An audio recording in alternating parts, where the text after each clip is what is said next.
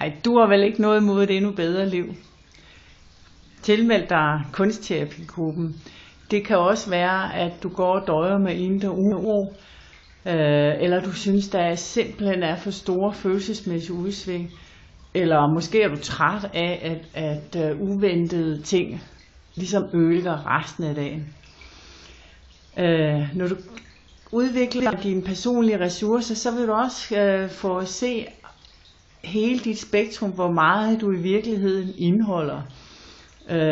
Det gør også, at du ser på de begrænsninger, der er. Og på den måde kommer du i en situation, hvor du kan træffe et valg. Jamen, jeg ved godt, det er det her, der begrænser mig, men nu vælger jeg at gøre det på en anden måde.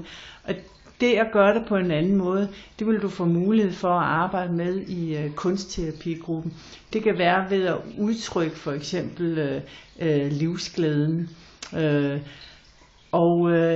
Tidligere deltagere fortæller, at det har medført en positiv forandring i deres liv. Og lige så vigtigt også, at du får accepteret dig selv som den du er.